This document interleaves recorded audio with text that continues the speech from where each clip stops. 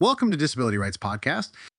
Today we are going to talk about why so many Social Security disability claims are being denied. If you have applied and received a denial letter in the mail, you're not alone. In fact, 67% of people who apply get denied the first time. You heard it right.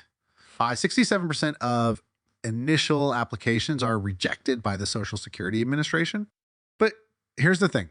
A denial doesn't always mean you don't qualify. A lot of denials happen because of paperwork problems, missing details, or technical rules that most people don't even know about. So let's break it down. Here are the most common reasons claims get denied and what you can do to avoid these mistakes. The first big reason a claim gets denied, and I can't stress this enough, is not having enough medical evidence. And when I say that, I don't just mean having a diagnosis. A diagnosis is just the beginning. You might have chronic pain, anxiety, diabetes, or something more severe. But the SSA, the Social Security Administration, wants proof that your condition keeps you from working.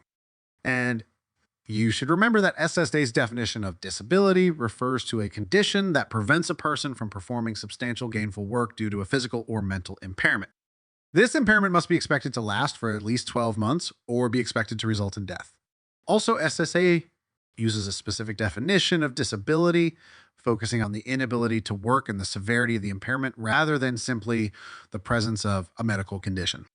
They're looking for things like consistent treatment records, detailed doctor's notes, test results, prescription history, and even documentation that shows how your daily life is affected, like if you can't stand for more than 10 minutes or if your medication causes you to be too drowsy to focus. If that evidence isn't clear, or if it's outdated, or if there are gaps in your treatment history, that leads to the possibility of your case being denied, even if you really have a qualifying condition for a Social Security disability benefits. That's why we always say document everything. The more medical evidence showing that your condition is preventing you to work full-time for at least 12 months, the better your chances of winning your claim. Now, here's the second one, and this is such a common misstep. People get denied, and they think they need to start over and file a brand new claim. But that's actually the worst thing you can do. Why? Because when you file a brand new application, it wipes the slate clean. You lose all the work, the records, the timelines from your first claim, and you basically go right back to the end of the line. What you really need to do is submit an appeal for your claim. Submitting for an appeal will keep your original case moving forward, and it gives you a chance to correct what went wrong, maybe submit more evidence, explain your condition better, or challenge the SSA's interpretation of your situation. The Social Security Administration Disability Benefits Appeal process has 4 levels: reconsideration, an administrative law judge hearing, the appeals council, and federal court review. After an initial denial, the first step is a reconsideration, where a different SSA examiner reviews the claim, including any new evidence. If the reconsideration is also denied, the next step is a formal hearing before an ALJ, where you can present evidence and argue your case. If the ALJ's decision is unfavorable, the case can be appealed to the appeals council, which reviews the case and makes a final decision. If you are still denied, the final step is to seek review in federal court. In essence, the process moves from a review, like reconsideration, to progressively more formal stages such as ALJ hearing and appeals council review before reaching the legal system. Now, for the third reason a lot of claims get denied, it has to do with income, specifically earning too much money. If you're working and earning more than $16, $20 per month in 2025, the SSA considers that substantial gainful activity, or SGA, which basically means they think you're still capable of working. So even if you're struggling to get through the day, even if you're pushing through with pain or mental health issues, if your income crosses that limit, the SSA might deny your claim on that basis alone. So make sure to take note of the SGA limit per year to avoid this mistake. Reason number 4, not following through medical treatment. While applying for Social Security disability insurance, it is important that you follow your medical treatment and not miss a single medication. This shows that you have ongoing treatment and still have the disability. That prevents you work full-time.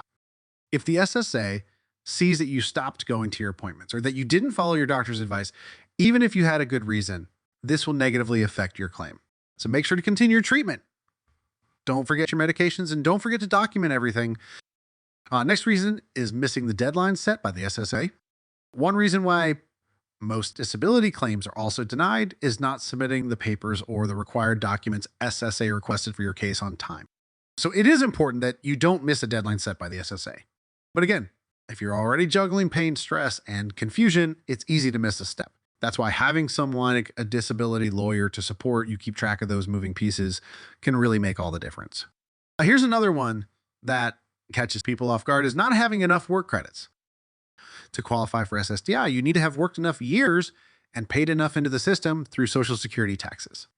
For most people, that means earning 40 credits, with 20 of those earned in the last 10 years before becoming disabled. Now, if you're younger, you may need fewer credits. But if you haven't worked recently or you didn't work long enough in the past, your application could be denied even if you have a qualifying disability. If you're not sure whether you have enough credits, you can access your Social Security earnings statement online through the Social Security Administration website or by mail. You'll need your Social Security number and date of birth to access your online statement, which will show your earnings history and the credits earned. You can also contact the Social Security Administration directly to inquire about your work credits.